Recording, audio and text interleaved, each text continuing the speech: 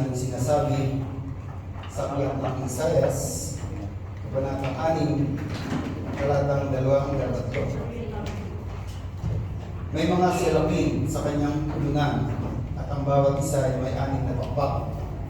2 ang nakatakip sa mukha, 2 sa mga paa, at 2 ang ginagamit sa paglipad.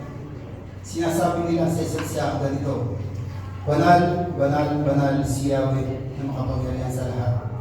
Ang buong digdig ay puspos ng kanyang kabalatihan. Yun po, Panginoon. Sa pagkabasa ng kanyang salita, tayo po ay sa ng langit. O dakilang Diyos na makapangyarihan sa lahat, maraming salamat po, Panginoon. Muli sa oras na ito, na patuloy kami na sumasamba. Patuloy na magpapasalamat at pupuri sa iyong kabanal-banal na pangalan. Una po, Panginoon, ay humihingi kami ng gabay sa iyong banal na Espiritu. Bawat isang naririto, Panginoon, sa iyong lingkod, nagagabitin mo, kundi na tulungan at pagkabaan, at patuloy na pagsama, na patuloy namin maranasan sa umaga nito. Kundi na sa iyong lakas na papuri, ang pagdakila, salamat sa pangalan mo, Panginoon Kristo, sa tulong at gabay ng iyong banal na Espiritu. Amen. Paupo na po lahat.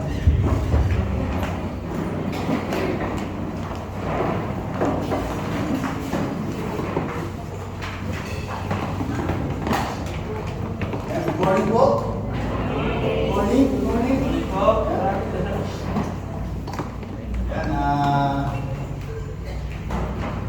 Nakikitian na ba ninyo yung mga katabi? Nakikitian na ba ninyo? Parang hindi yung minigitian eh. Parang, ano ba, maasim ba yung mga ngiti o matamis? Maasim. Diba yung reaksyon ng maasim ng ngiti? Sweet and sour. So, mas maganda yung matamis na ngiti. Sumisimple yata yun ng pag-ibig. So, kung nakita yun. So, kung nakita yun. Pero, pagka in-express mo kasi yung matamis na ngiti, ano ba yung matamis na ngiti? Diba yung pag lumalasa ka ng matamis, tapos humingiti ka, maganda ng ngiti, kaysa doon sa maasim. Medyo lang, baka hindi ba na litingis yung mga katabi, ay lingusin nyo na. Ako naman ay tayo po ay magkaka-close na. Magkaka-close. So yun po, muli po Panginoon, muli po akong nakatayo. Medyo matagal-tagal niyo po akong nakaupo. Isang taon yata ako nakaupo. Kasi 2023 pa eh. Ay hindi 2024 na, kaya isang taon.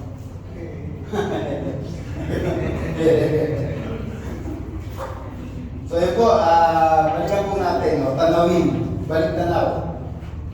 Tayo sa mensahe noong nakarating ko. Sa buhay ni Haring Josias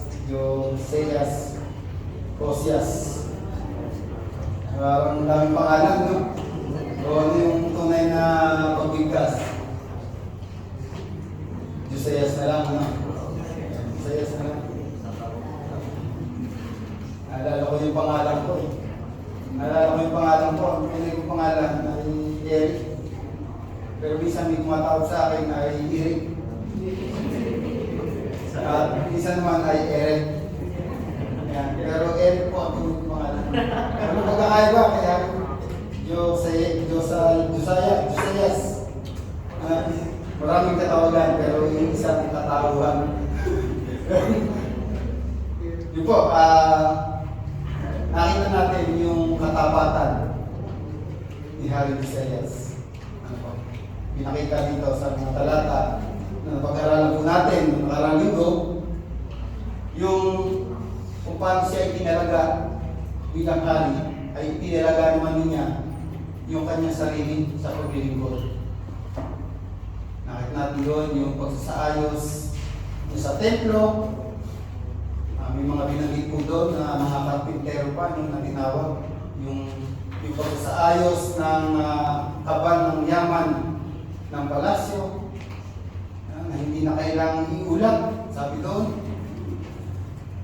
At dahil ito'y matatapat na nangangasiwa, so ganun ka ganda yung ginawa ni Haring Josias. At ang isang napakagandang ginawa niya ay yung pinalis niya lahat.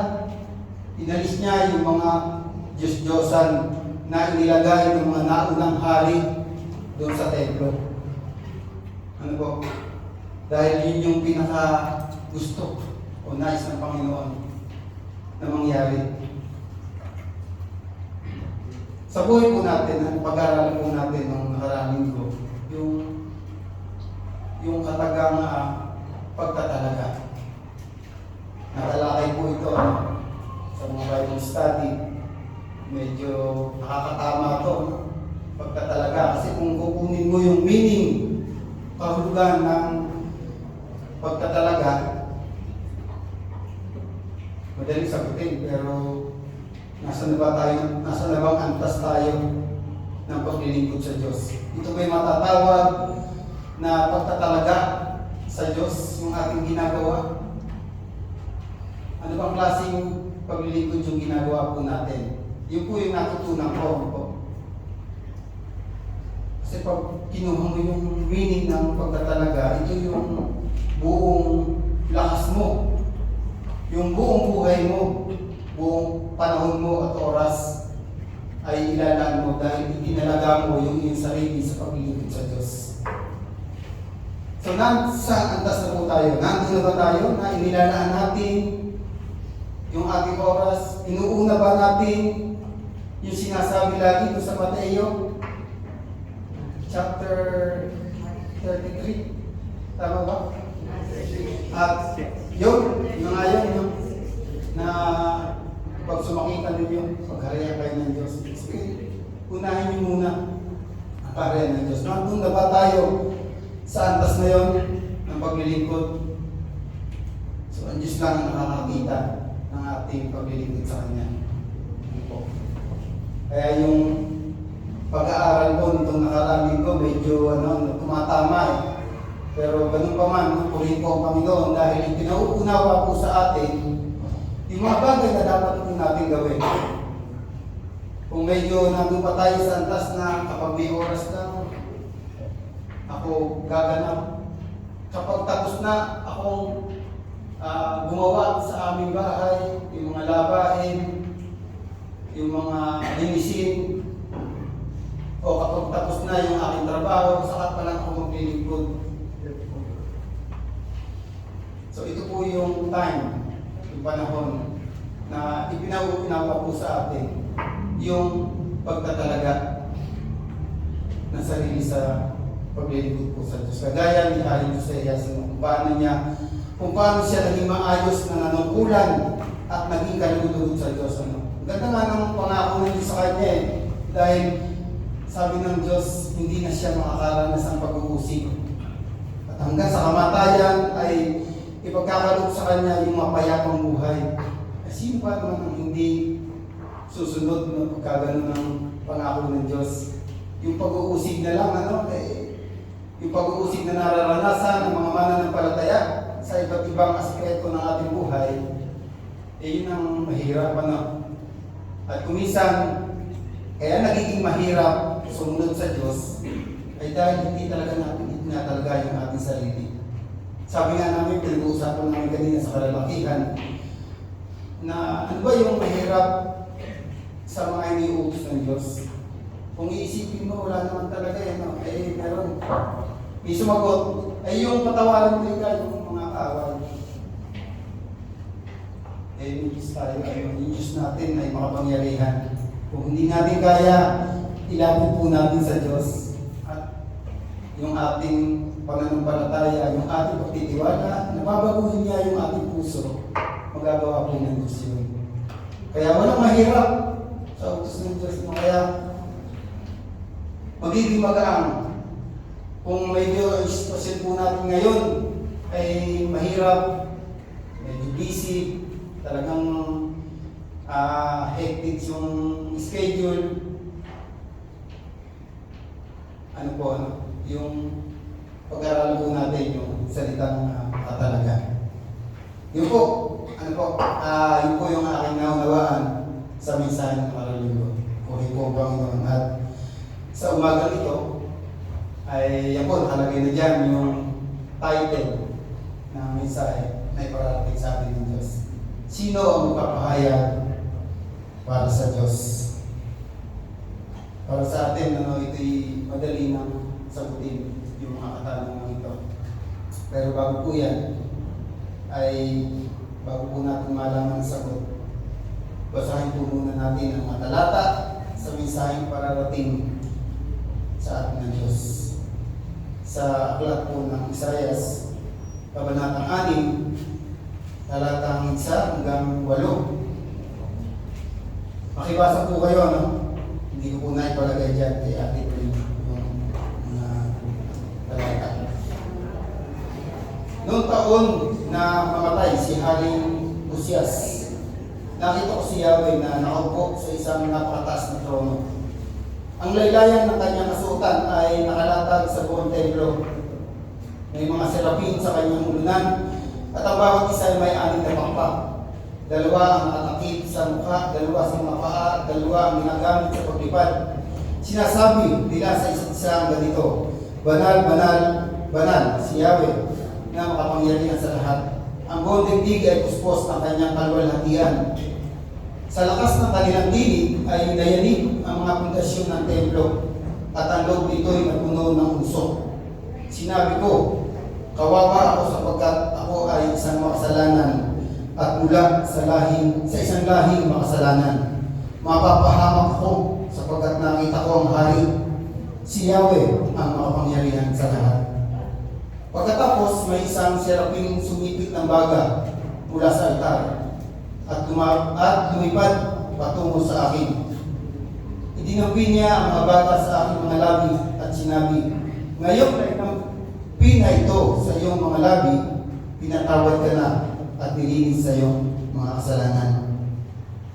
Verse 3, at narinig ko ang tinig ni Yahweh na nagsasabi, sino ang aking ipadadala? Sino ang kapahayag para sa atin? Sumagot ako, narito po ako. Ako ang inyong susuko. Ako ang inyong suko. Mapapansin po ninyo ay nasa aklat na po tayo ng Isaias. Medyo malaki-laki yung itinalon. Yung malaking hakbang yung ginawa sa pag-aaral po natin ang salita ng Diyos. Nabasa niyo na ba ito? O binabasa niyo po yung aklat ng Isaias? Babasahin pa lang po.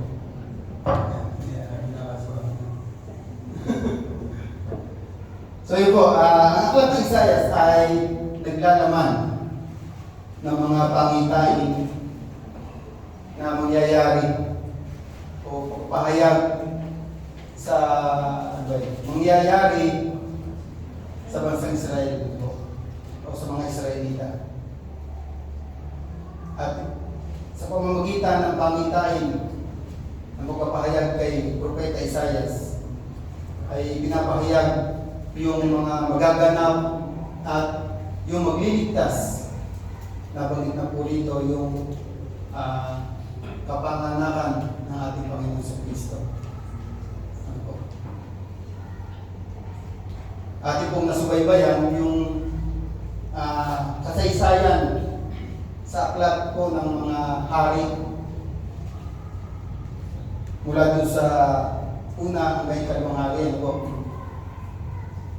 Nakita po natin ang pangyayari sa mga itinilagang hari ng Juda at Israel.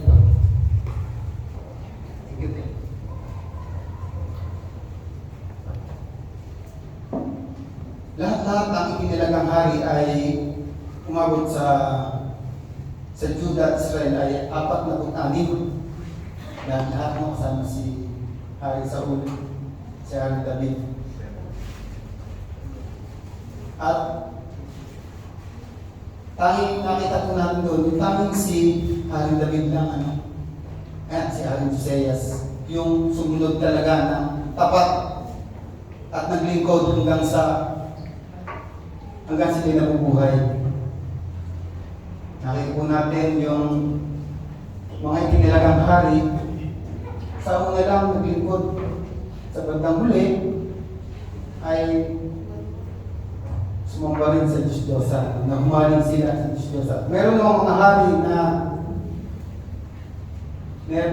hari na sa una pa lang pinakita na yung kanilang pagre-rebelde, yung kanilang pagtalikod sa Diyos, na hindi nila sinunod yung mga sinasabi ng mga propeta. Kaya yung mga katagang ginamit po doon, yung kasalanan ginawa nila ay yung mga karumal-rumal. Medyo grabe yung salita na yun, kapag sinabi ganun yung kanilang mga ginawa. Kasi pinakaayon ng Diyos ay yung pagsamba sa mga Diyos-Diyosan. Hanggang sa hinayaan na po sila ng Diyos. Natalo sila sa mga labanan. Nasakop sila ng Syria at ng Babylonia.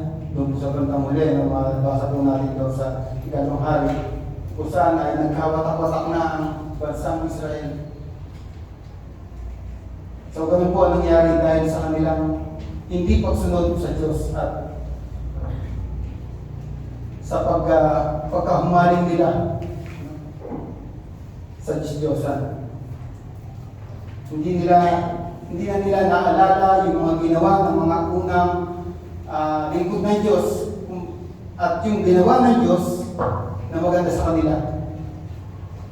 Kasi sa haba ng panahon, kasi ating kukwentahin yung panunungkulan ng bawat hari, mayroong 50 years, may 20 years, mahabang panahon to, pero hindi pwedeng dahilan yun.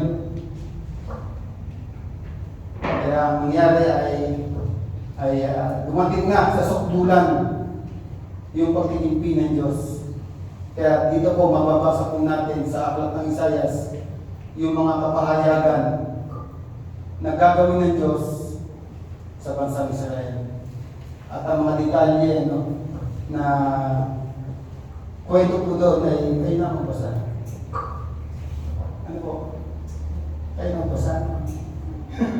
At para naman, kasi napakaganda basahin po nito.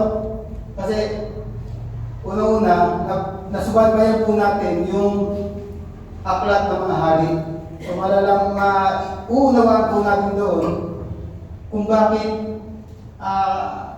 yung mga nakasaad po doon na mangyayari sa bansang Israel. Kung bakit ganun na lang yung galit ng Diyos. Naunawaan, kasi nasubaybay natin yung kwento ng aklat ng hari. Kaya ito po, napakaganda rin basahin. At ipinakikita rin doon yung kadakilaan ng Diyos. Kung sa kabila ng mga ginawa nilang kasalanan, binibigyan pa rin sila ng pagkakataon. Sabi natin sa chapter 1, ay meron binanggit po doon na magpaliwanagan tayo. Ano ba ang nangyayari sa inyo?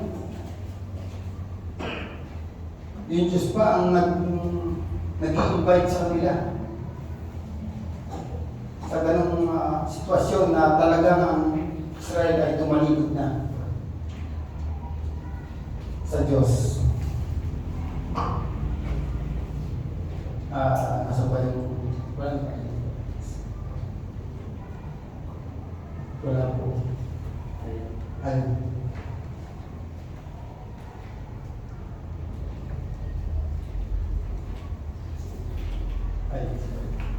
Yeah. Ang mga kumikilala sa Diyos. Yeah, sabi ko naman sa inyo kanina ay madali natin masasagot yung tanong doon sa pamagat na sino ang magpapahayag para sa Diyos. Sino po ba ang kumikilala sa Diyos? Taas po ang kamay. Yan, salamat po sa ilang Ayun, marami na. So yun po, madaling natin manasagot. Kasi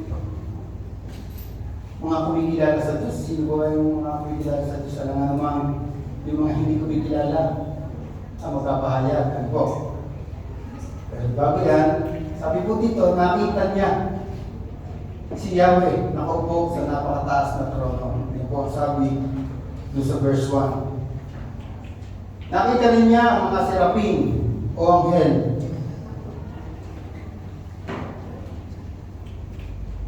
Ganito ang kanyang narinig. Ang Diyos ay banal, makapangyarihan sa lahat, puspos ng kaluwalhatian. Pinapakita po kay Propeta Isaias na wala nang hingit pa kay Yahweh. Na siya lamang ang nakaluklok sa pinakamataas na trono. Sabi po dyan. Nakita ni Propeta Isaias ang mga nilalang na ito, serapin o anghel, na naglilingkod sa harapan ng Diyos. At narinig niya sa mga naglilingkod na ito na nagpupuri kay Yahweh, siya ang makapangyarihan sa lahat at sakop niya ang bundagdig ng kanyang kaluwalhatian. May binanggit po dyan, nakita niya, narinig niya. So sa ibang paliwanag ay hindi natin alam kung paano niya nakita at narinig. Pero may binanggit po doon sa chapter 1 na yung pangitain. Ano po kung siya ay naginig, pero ang mahalaga ay ang nakita lang, ang pinakikita lang po dito ay nakita niya yung kaluwalhatian at yung kapangyarihan ng Diyos.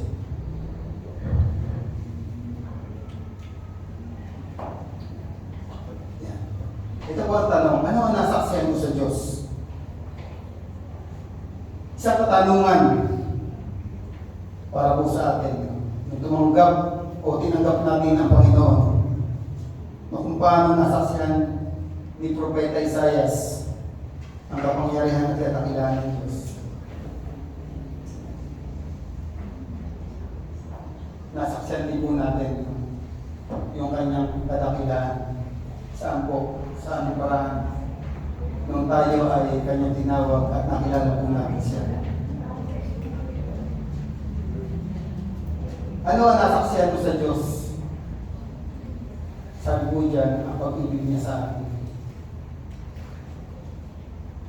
Sabi po sa John 3:16, sapagkat gayon na lamang ang pag-ibig ng Diyos sa sangkatawan.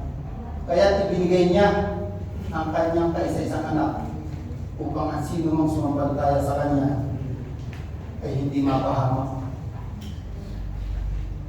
kundi sa kanya ay hindi mapahamak, kundi magkaroon ng buhay na walang hanggan.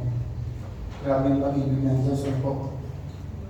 Sa maraming pagkakataon ay naranasan po natin. At hindi po ito katulad ng pag-ibig na mayroon ng tao. Nakararaan lang ito. Hindi lang yung February 14 ipinapadama yung pag-ibig. After ng February 15 na, medyo may kaunti pa, Kasi may mga natitira pang rose sa tindahan. Ay habol. After nun, isang taon na ulit. So, ganun yung ating nararanasan pag-ibig dito sa mundo. Yun yung ipinapakita ng pag-ibig ng tao kapag may okasyon lang. Ano po, hindi ka paris ng pag-ibig na ipinadama sa atin ng Diyos. Na sa iisang kondisyon, ang sabi dyan ay sa isang kondisyon, hindi ka na mapapahamak at magkakaroon ka pa ng buhay na walang hanggan. Napakaganda ng offer ng Diyos. Ano pa? Tayo umiibig sapagkat ang Diyos ang unang umibig sa atin. Sabi sa 1 John 4:19. Kaya dapat lang na ipadama din natin yung pag-ibig sa Diyos at sa ating kapwa. Alam nga namang Diyos lang lagi ang iibig. Sabi nga ng mga matataray, hello. Diba?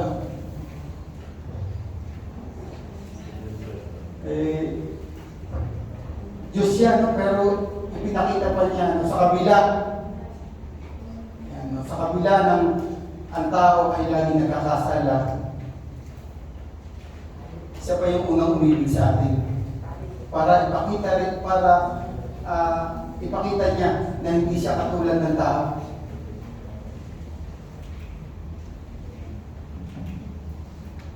Ang pag-ibig niya sa atin ay sinasabi niya sa Roma 5:8, ngunit pinatunayan ng Diyos ang kanyang pag-ibig sa atin nang mamatay si Kristo para sa atin ang tayo ay makasalanan pa. Ito po isang malaking patunay na tayo ay pinatawad na po sa ating mga kasalanan. Sa pamamagitan ng kanyang sarili, inihandog niya at inialay niya para lang mapatawad po yung ating mga kasalanan.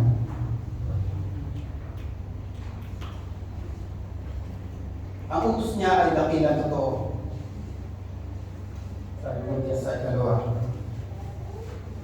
Sabi po sa John chapter 30, verse 30 to 35, isang bagong utos ang ibinibigay ko sa inyo ngayon. Ngayon, magmahalan kayo kung paano ko kayo minahal. Gayun din naman, magmahalan kayo. Kung kayo ay may pagmamahal sa isa't isa, makikilala ng lahat na kayo na yung mga alagad ko. Yan po ang bilin sa atin ng Diyos. Magmahalan kayo kung paano ko kayo minahal. Yan ang sabi ng Panginoon. Ang utos ng Diyos ay laging bago. Ano po sabi dyan? Bagong utos yan. Laging bago at hindi naluluma. Alam niyo kung bakit? Kasi ito yung utos. Ay, sorry. Kasi ito yung utos na laging sisimulan na. Ano? Sige, uumpisahan ko na. Uumpisahan ko na magmahal sa kapwa.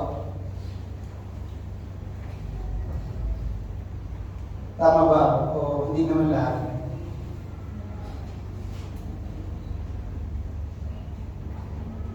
Ito po yung realidad sa mundong ito. Ano?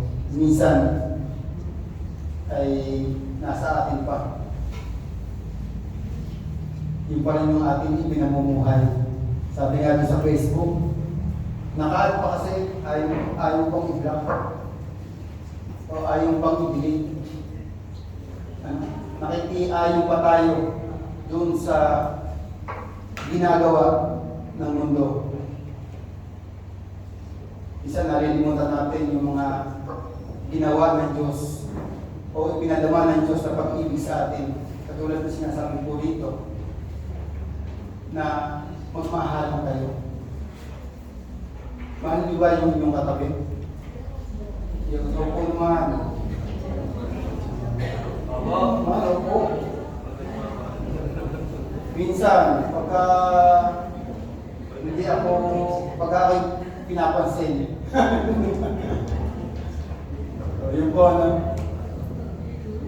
Kasi ang mahirap, ito wala mong masama, no? Tayo magmamahalan bilang mga magkakapatid kay Kristo. Pero yung mga tao dyan sa labas, minsan ay natin na ipapagsabi na natin. Naalala ko nga yung pinag-aaral namin kanina sabi nung isang kapatid natin, paano ka pag yung tama ba kayo na pinatawad ko na ikasya, basta ayaw ko lang ikaw makita yung kanyang pagmumukha. Kaya nag-aaral, sinisir ko kami. Kasi di ba, taping sa banal na punan. Yan. Kailangan doon, may sinasabi po doon kasi na ayusin mo muna yung iyong sarili sa iyong kapwa. Yung iyong relasyon sa iyong kapwa bago ka mag-take o makibahagi sa banal na punan. Yun po, no? Kaya sabi, isaayos mo muna. At ang utos ay mahalin mo ang iyong kapwa. Kundi magmahalan kayo magkakapatid lang. Wala namang ganun eh, no? Kundi mahalin mo. Ano ba sabi niya? Magmahalan kayo. Tama. Tayo, purihin ng Panginoon, talaga nagmamalasakitan, nagmamahalan po tayo bilang magkakapatid. Pero tayo lang ba? Yun lang ba ang mga bagay na yun ang hindi utos ng Diyos? Hindi, ano? Kasi sabi nga sa yung utos ko sa Mateo 28 na ipalaganap nga yung salita eh, para lahat ay maligtas. So, ibig sabihin, lahat ay mahal ng Diyos. So, dapat lang na dahil inibig ko kayo, mag-ibigan din kayo. Ganun, no? Ganun. Ano ba? Umaamin sa kanyang tunay na kalagayan. Sabi po dyan sa verse 5 pala. Sinabi ko, kawawa ako sapagkat ako ay isang makasalanan. At mula sa isang lahing makasalanan. Mapapahamak ako sapagkat nakita ko ang hangin si Yahweh ang makapangyarihan sa lahat. Nasabi ni Isaiah sa kanyang sarili ako, kawawa ako. Makasalanan at mula sa lahing makasalanan. Mapapahamak ako. Sabi sa Roma 3:23, sapagkat ang lahat ay nagkasala at walang sino mang nakabot sa kalwalhatian ng Diyos. Ang ganda nung nakita ni Isaias. Nakita niya ang kanyang kalagayan at kalagayan ng kanyang lahi. Kasi alam niyo, yung kanyang lahi ay makasalanan. Si Propeta Isaias sa isang Israelita, ano po? Naawa siya sa sarili niya at nakita niya, mapapahamak ako. Kung ganito sana ang tao, ano po, na laging nakikita yung kanyang kalagayan, di sana walang na nagpapatuloy sa pagkakasanda. Ano? Kaya napakahalaga, unang-una sinabi po dyan, umaamin sa tunay na kalagayan. Wala naman akong ginagawang masama. Hindi naman ako nag-agrabiyado ng kapwa. Ilagi ang katwiran. Ano? Kaya wala naman akong kasalanang ginagawa. Hindi, ano? Kung inaakala mo na ikaw ay matuwid.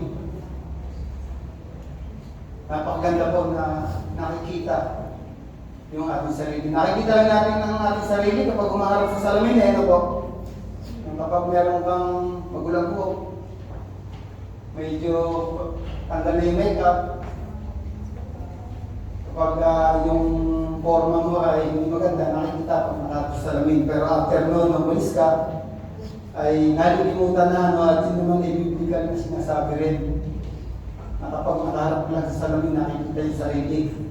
Pero si Isaias, ano po, nung nakita niya yung kadakilaan ng Diyos, nakita niya yung kanyang sitwasyon, yung kanyang kalagayan, nakabawa pala. Kung bakit niya nakita yung kanyang sarili, na nakita niya na siya makasalanan, nakita niya pinakayahang magparusa ang Diyos. Nakita niya yung kapangyarihan ng Diyos. Nakita niya, totoo pala talaga siya o ang Diyos. Kaya huwag na natin hintayin na makita natin yung Diyos. Kasi sabi, kapag nakita raw mo ng harapan ng Diyos, mamamatay ka. Ano po? At ito, sa pamamagitan ng buhay ni Propeta Isaias, kung bakit niya nakita ang kalwalhatian ng Diyos, ipinapaalala po sa atin yun. No? Yung kwento sa buhay ng mga lingkod ng Diyos ng araw ay isang aral po sa atin. Kung bakit nila naranasan yung mga ganong pangyayari. Napaganda na lagi yung haharap ka sa tao o makikipag-usap ka o anuman sitwasyon yung meron ka. Ganda yung nakikita lagi natin yung ating sarili. Minsan, yung mga kwentuhan, medyo hindi mga mamalayan, medyo Kaya ibang-ibang na, no? Dito naman siguro wala nang ganun. Wala nang ganun. Ano po? At yun ang nais ng Diyos na makita po sa atin. Lagi niya tinuturo yung mga bagay na dapat po natin gawin. At isa na po ito. Napakalaga ano, na nakikita mo yung iyong sarili at umaamin sa tunay na kalagayan.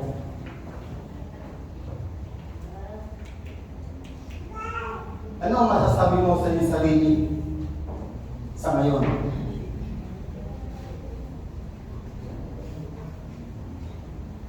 Ano po? Ano po yung masasabi natin sa ating sarili ngayon? Nakita natin yung ating sarili noon na dati kawawa rin pa tayo. Dati ay makasalanan din tayo. Pero dahil sa isang Diyos na tumubos sa ating mga kasalanan, sa isang Diyos na ibinigay niya yung kanyang sarili na dapat tayo yung maparusahan sa iyong umako. Kaya po rin ng Panginoon, dahil nasa kalagayan po tayo ngayon na pinatawad yung ating mga kasalanan at hindi nagpapatuloy sa pagkakasala. Amen po ba? Amen. Amen po ba na tayo hindi nagpapatuloy sa ating pagkakasala? Amen. Yan.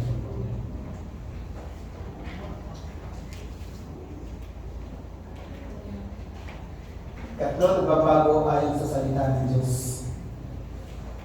Na ipatawad na ang kasalanan. Sabi ko sa verse 7, no, na dinampi niya ang baga sa aking mga labi. At sinabi, ngayon na inampi na ito sa iyong mga labi, pinatawad ka na at nilinis na ang iyong mga kasalanan. Si Isaias po ay pinatawad at nilinis sa kanyang pag-amin. Sinabi niya, kawawa ako sapagkat ako'y makasalanan. Ito isang pag-amin. Si Isaias ay nilinis dahil sa ginawang paglilinis sa kanya ng Diyos. Dahil nakilala natin siya, sinasalisik natin ang kanyang mga salita. Ito isang pruweba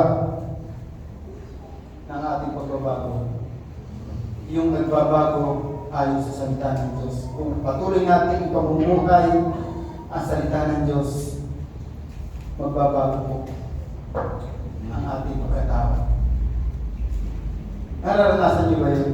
Sa patuloy natin pagbabasa, pag-aaral ng salita ng Diyos, nararamdaman niyo ba yung ako pala yung binago na?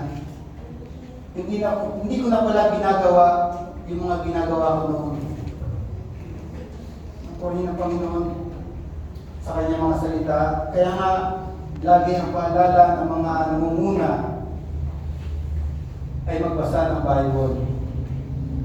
Laging saliksikin ang salita ng Diyos. At laging dumalo sa mga gawain. Yan, aray ko. Umabit na po ako ng prayer meeting. At uumpisa ako na ako.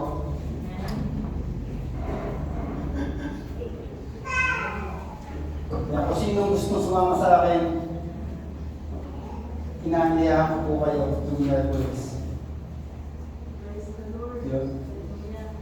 Baka sa miracles, mangyari nun. Hindi po ano. Dahil nakakaya kay Lord eh. Lagi siya yung nagpapakita ng pag-ibig sa atin. Tapos tayo naman ay hindi natin siya dinadantihan ng pag-ibig din. Gano'n lang naman ang gusto ng Diyos. Ano po? Yung pagmahalan nga, sabi.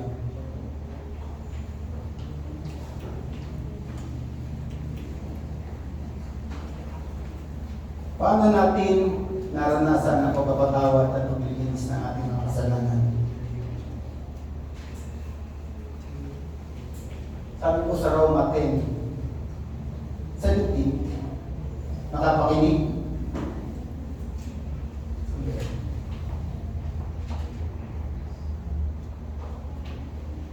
So sabi po yung 17, kaya ang pananampalataya ay bunga ng pakikinig. pakikinig. At ang pakikinig naman ay bunga ng pangangaral kay Kristo. Sa 1 John 1:19, umamin.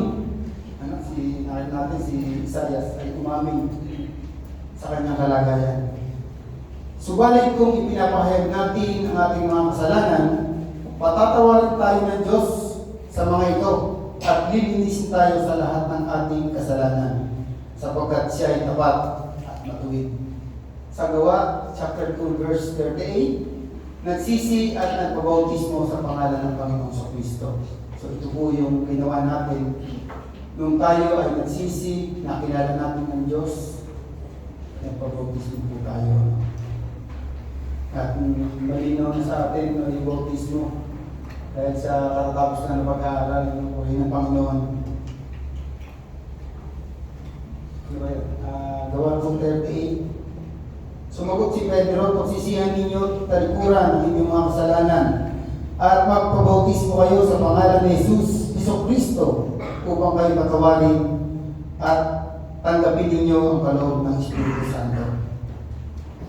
So ito po ang naranasan natin nung pinatawad po tayo at nilinis na ang ating mga kasalanan. Sa ika-4, nagpapasyang magpapahayag para sa Diyos. Ito po ang tanong.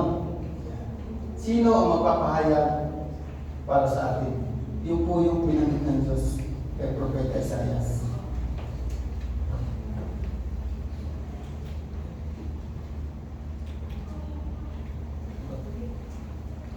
Sino ang magpapahayag ngayon tungkol sa Diyos? Yan. Tayo po nakakilala. Tayo na binago. At tayo na nagpapasyang magpapahayag para sa kanyang kadakilaan. Amin po ba na tayo yung mga nakakilala? Walang ibang sasagot po nito, no? Sino magpapahayag sa Diyos? Maghanap kayo dyan. Sino? Hindi ganun ang no? Kundi pinahayag niya kay Propeta Isaias. Wala namang ibang kausap noon, kundi sabi niya, ay ako po, magpapahayag. Yan. Parang tapos na agad, no?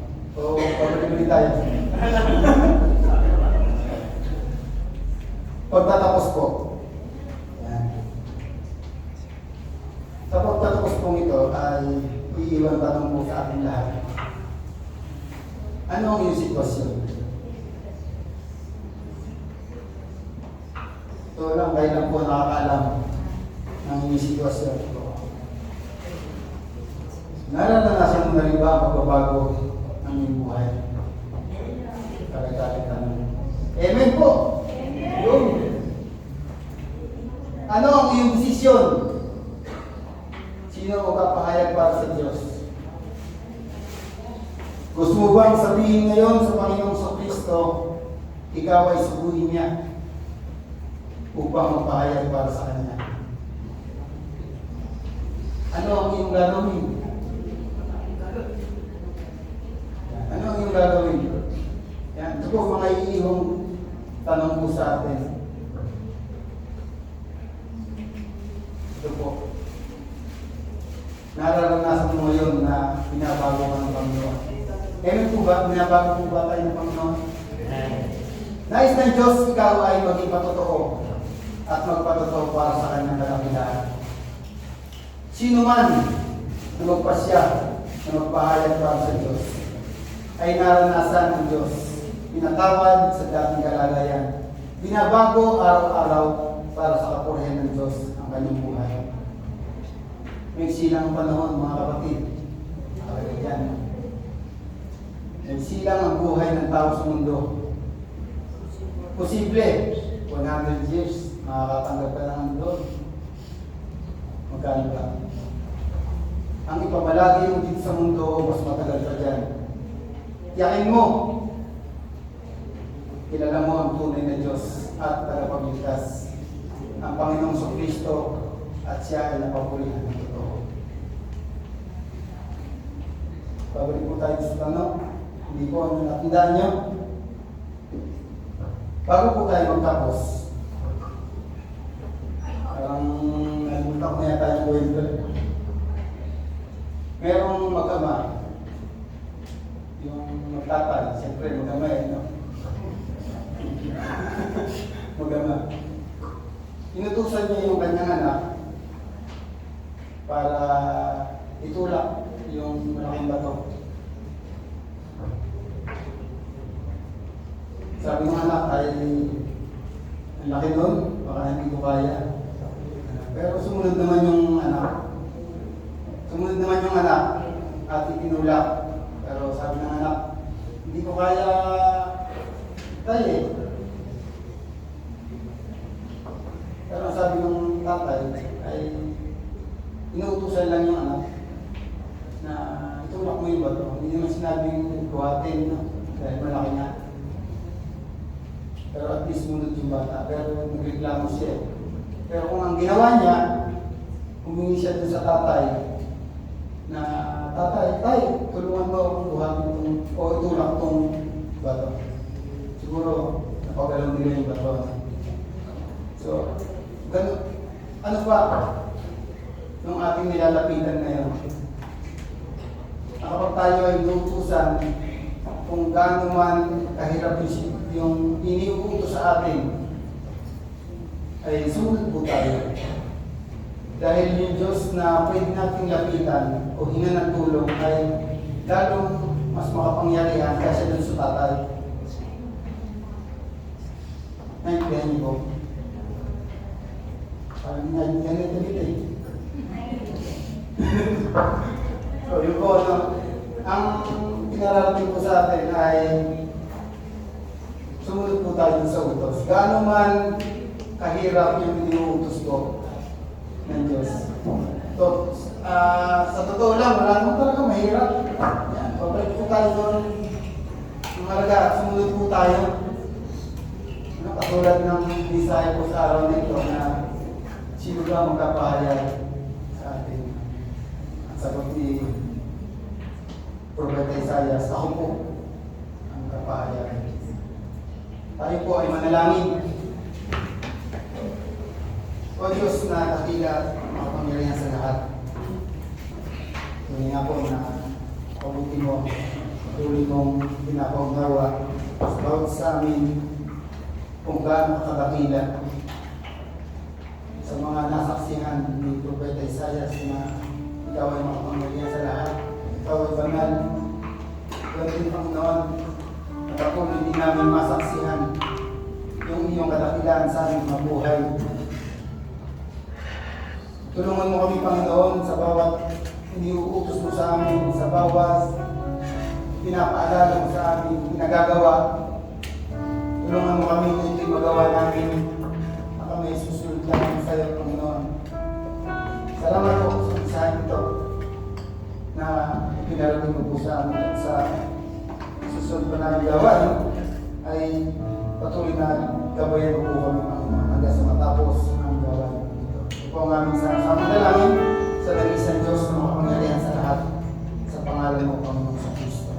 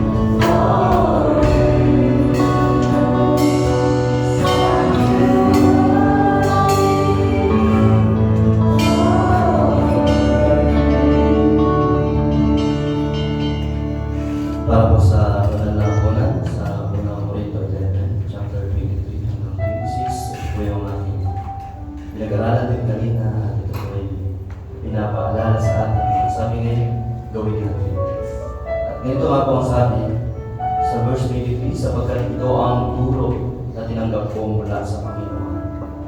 At ibinibigay ko naman sa inyo. Noong gabing siya ipagkanulo, ang Panginoong Yesus ay tumampot ng tinapay. Nagpasalamat at pinagpira-piraso iyon at sinabi, ito ang aking katawan na inihahandog para sa inyo. Gawin ninyo ito bilang pag-alaala sa akin. Matapos maghapunan, lumampot din siya ng kopa at sinabi, ang kopang ito ang bagong tipan na pinagtitibay ng aking dugo. Tuwing iinumin ninyo ito, gawin ninyo bilang pag-alaala sa akin. Sapagkat tuwing kakain kayo ng tinapay na ito at iinom sa kopang ito, ipinahahayag ninyo ang kamatayan ng Panginoon hanggang sa kanyang muling pagkain. Ito po'y pag-alaala din sa kanyang pag-ibig sa atin. Gaya po ng mensahe na tayo ay narito na siyang nagsasabi, narito po ako, suguin ng Panginoon. Sapagkat alam natin na inibig tayo ng Diyos kahit na noong tayo makasalanan. Sabi nga dito, sa tuwing kakain kayo ng tinapay na ito at iinom sa kopang ito, ipinahahayag ninyo ang kamatayan ng Panginoon. Ang kamatayan ng Panginoon ay sumisimbolo sa pag-ibig niya sa atin. Sapagkat bakit pa siya namatay?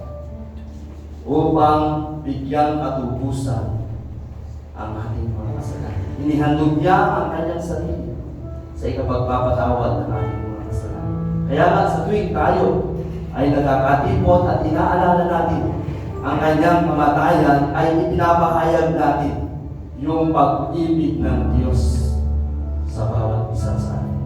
Kaya naman tunay na karapat-dapat natin siya na alalahanin at papurihan sa ating buhay. Tuwa po sa ating pagtanggap nito, sabi nga sa ating mga pag-aaral, tayo bilang mananampalataya, siyasatin natin ang ating mga sarili bago tayo kumain at uminom sa kopa.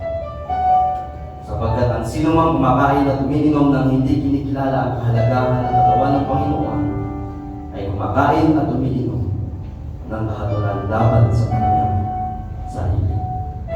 Karoon po tayo ng personal na panalangin maglapit sa ating Panginoon upang ating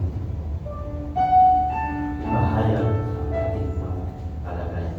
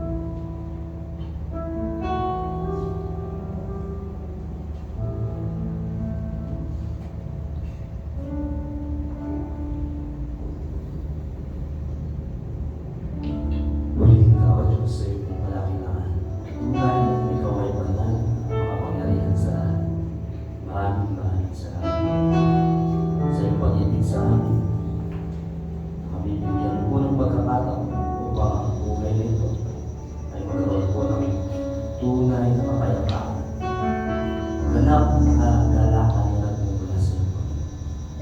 Salamat po sa paglilinis mo po sa amin, sa pagpapatawad mo po sa aming mga kasalanan. Tulungan niyo nga po kami, O Diyos, na ang buhay na binabago mo sa amin, ang mga ugali, ang mga bagay na hindi dapat sa amin. Nalilinis mo ang aming buhay. Tunay, O Diyos, nawa, ikaw lamang ang mapapurihan. Palagi na ipagkaloob namin ng buong sigla, buong kalakasan, ang buhay ay nagkakaloob ay may paglingkod namin, O Diyos, na tunay na ikaw lamang ang pinapupurihan.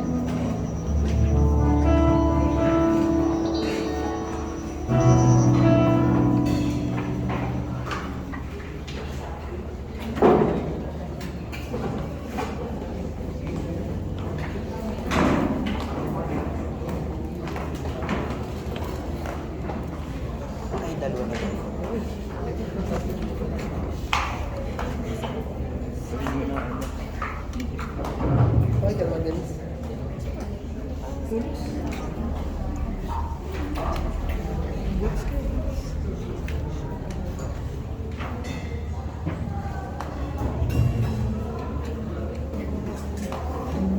magandang umaga po muli sa ating mga kapatid. Ano po? Tayo po ay muling dadako sa isa pang mga utos ng ating Diyos. Ano po?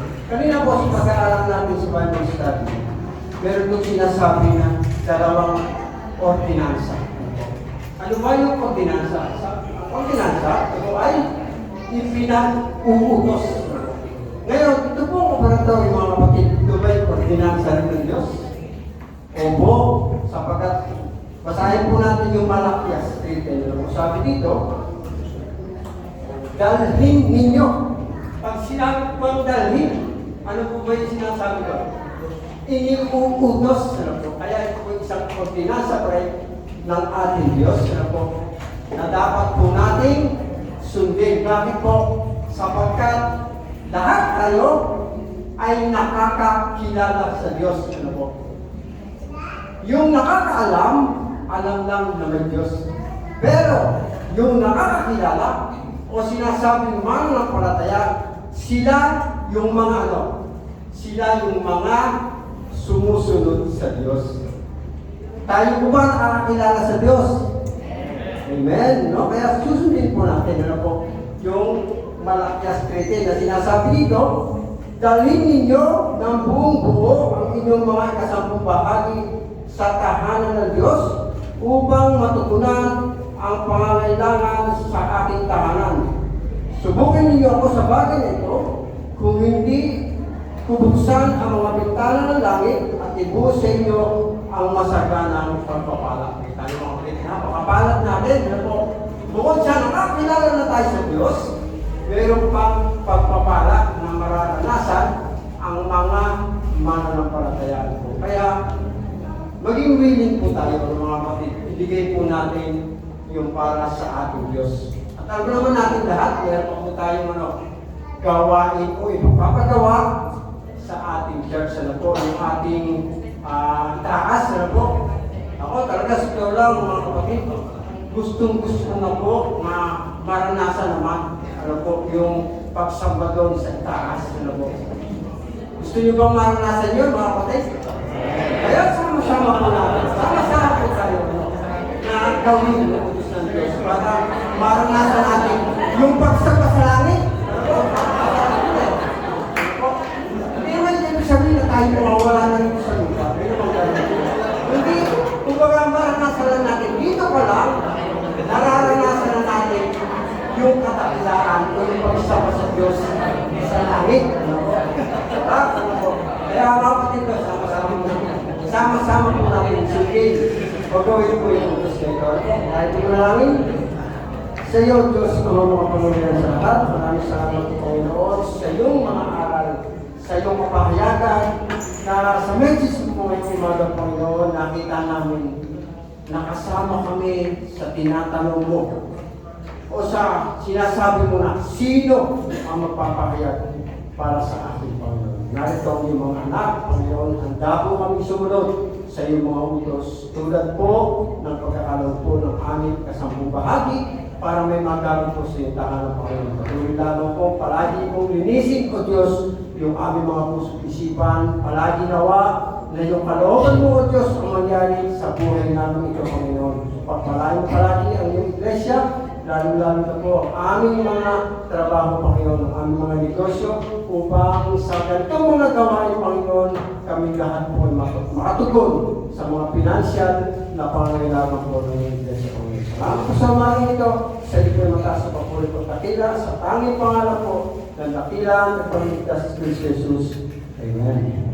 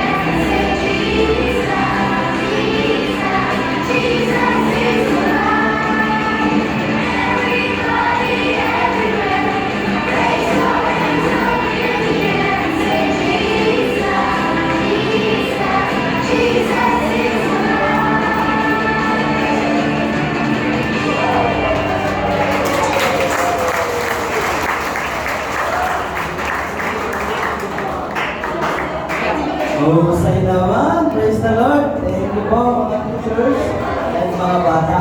Yan. Salamat. Yan po ang ministry ng Children's Department po. Ano po? At purihin po ang Panginoon sa kanilang buhay. Sa mga bata na at sa ating mga teachers. Mamaya po, no, meron po tinatawag na Relengo. Ayan, yung po mga nag-seminar sa Awana Ministry sa mga bata po ito. Na gusto pong maging bahagi po ng teacher sa mga children po. Meron pong paandaya mamaya, meron pong eco. Ibig sabihin, yung seminar na experience po nila ay i-share po sa mga teachers. Kaya kung ikaw nag-aspire po na maging teacher or part ng Sunday School Department, ay pwede po tayong umaten. Kaya ako po atin po ako mamaya at pag sakaling makuha po akong sumayaw. Di ba, makasama po doon sa mga gawain nila. Lobin po ng Panginoon ay marami pong pumunta na makasama natin.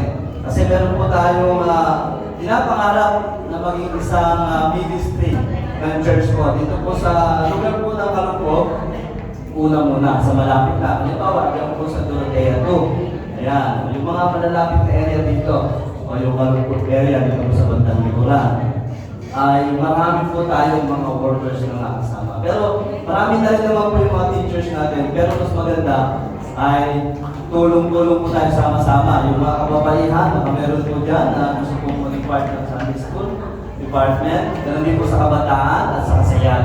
Alam po, i-invite po kayo mamaya. After po ng service, mamaya meron pong re-eco. May preparation na po sila sa food after kumain. And makapag-prepare ng mga kailangan, magsisimula na po yung re-eco. Yun po yung ating announcement para sa kanila. And salamat po sa Panginoon dahil patuloy po tayo nagkakalooban ng maraming attendance. Bagaman medyo mas mababa po kayo, sabi nga yung pagdalo ay napakahalaga at hindi natin ito pinababayaan. Kaya po rin po ang Panginoon, nasa 138 po yung ating attendance po today. Meron po tayong visitor first time ng mama ni Sister Mara. Ito po si Nanay Marina Limamasa. Ayan. Limamasa. Ayun ba? Ayun. Siya po yung nandyan po kanina at lumabas. Ano po? Ayun. Lumabas po? Ay, lumabas nga. Nanay Marina, kung narinig ko pa, ay welcome po kayo dito. No? At mamaya, makita ko pa kayo sabihin ko po ulit. Salamat po and God bless po sa ating lahat. Siyempre, lagi tayong welcome. Yung ating young adult fellowship, namove po siya next month sa 3rd Sunday due to needs of preparation. May mga kailangan pa pong prepare. Yun po yung aming announcement na tungkol po sa young. And any more announcement? Okay, kung wala na po, sa schedule po natin for next week. Tingnan muna po natin bago yung aking presentation. February 25, 2024. Paki-check nyo po, baka po kasama kayo. From opening hanggang assurance po ay be informed. Ayan, kayo po kasama dyan. Kita nyo po yung pangalan nyo. Agahan po natin pumunta dito. Mga 7:30 or 7:40, nagpe-break po tayo doon. Yung mga kabilang po o bahagi doon po sa ating tinatawag na participants. Doon po sa mga gaganap tuwing araw po ng linggo sa mga workers po natin. Pakasama po na 7:30 or 7:40, nandun po tayo magpapagay. And meron po akong regular na schedule na makikita niyo po ako doon. Pero ito po ay gawain po ng church. Ito po. Na-i-prepare po ito. PowerPoint natin. Wala yata next week na. Pwede yan sa sige. Hindi na. Hindi nag-in. Naka-out muna.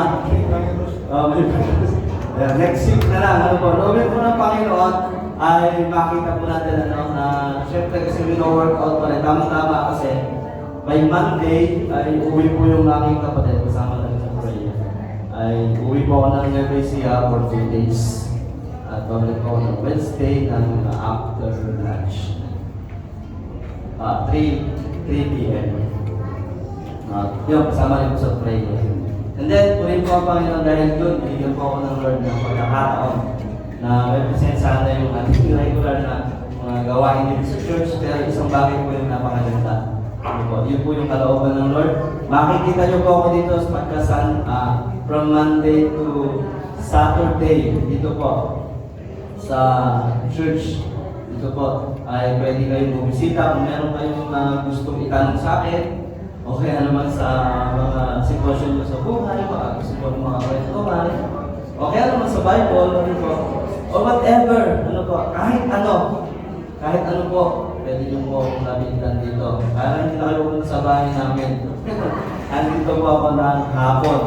Mula 1:00 ng hapon hanggang alas 4. Minsan alas 5, minsan abot ng alas 6. Depende po yun pag may mga gawain na dumating dito. Pero regular po is 1 p.m. to 4 p.m. And may mga schedules po tayo ng visitation. Makakasama po kayo sa mga nagbibisita or kakamustahin. Hopefully ay maging close tayo. Pero po kasi pagkakataon na dahil bago pa, hindi tayo masyadong nagkakakilala.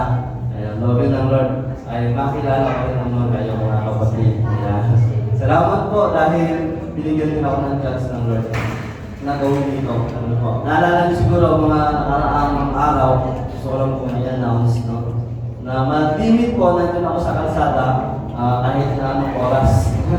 Kahit anong oras. Kasi po, ay meron po akong tinatawag na sideline. Ayan, yun po yung papasada. Ayan, hindi naman higit sa inyong kaalaman. At maraming kayo ay nagsakay na rin sa Bokyo, sa tricycle. Pero ngayon, binigyan ako ng chance ng Lord na sa kanyang kalooban ay mag-full time po dito po sa church. Ay pagkaloob yung aking full time maraming salamat po sa Panginoon at syempre sa inyo pong lahat mga kapatid. Purihin po ang Panginoon at maraming salamat po. Yun lang po. And God bless.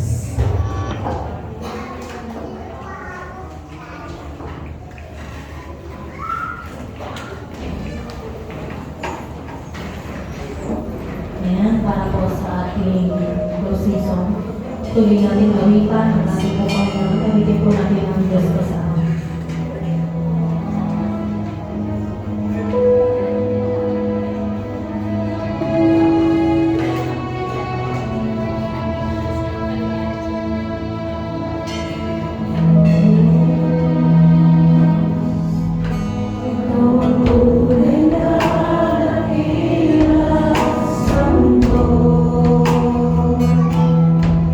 Ito ay ang mahal na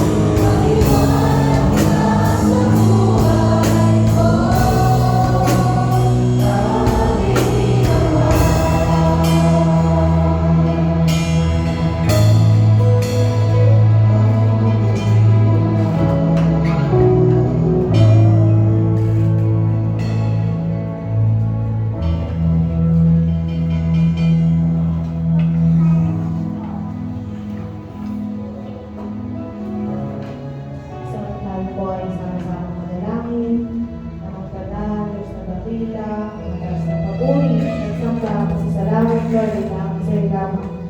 Panginoon, salamat po sa natapos namin pagsamba, Panginoon. Salamat, Lord, sa lahat ng ginamit mo. Simula sa mga kumanta, Panginoon, sa nagayag na iyong mensahe. Panginoon, nawa, Panginoon, yung aming natutunan, narinig, Panginoon, na iyong salita ay ipamuhay namin, Panginoon. Gamitin mo nawa kami, Panginoon, na ipakayag yung mga mabubuti mong salita, Panginoon, yung mga mabubuti mong balita, yung lahat, Lord, na itinuro mo sa amin. Gamitin mo nawa kami, Panginoon, na patuloy ng papurihan. Sa panandaling po namin paghiwa-hiwalay, Panginoon, patuloy, Lord, ng kaligtasan yung hinihiling namin. Ikaw, Lord, yung maging gabay ng bawat isa. Also, Panginoon, maraming salamat po sa pagsasalungan namin, Panginoon, na iyong blessing sa ginagay, Panginoon, at sa kami. Patuloy nawa, Lord, na puspusin mo ng blessing yung buong iglesia mo, Panginoon, at yung bawat tao na narito. Lord of God, bless of us. This we pray with thanksgiving to our Lord and Savior Jesus Christ with the help and guidance of the Holy Spirit. Amen. Lord, sumainyo ang pagkandalaw ng ating Panginoon. Patuloy niyong maranasan ang masaganang pagpapala, masaganang pag-ibig, masaganang kagalangan sa pamagitan ng ating Diyos Ama, Diyos Anak at Diyos Espiritu Santo. Sa kanyang kapulihan mula ngayon at sa walang hanggan. Siya.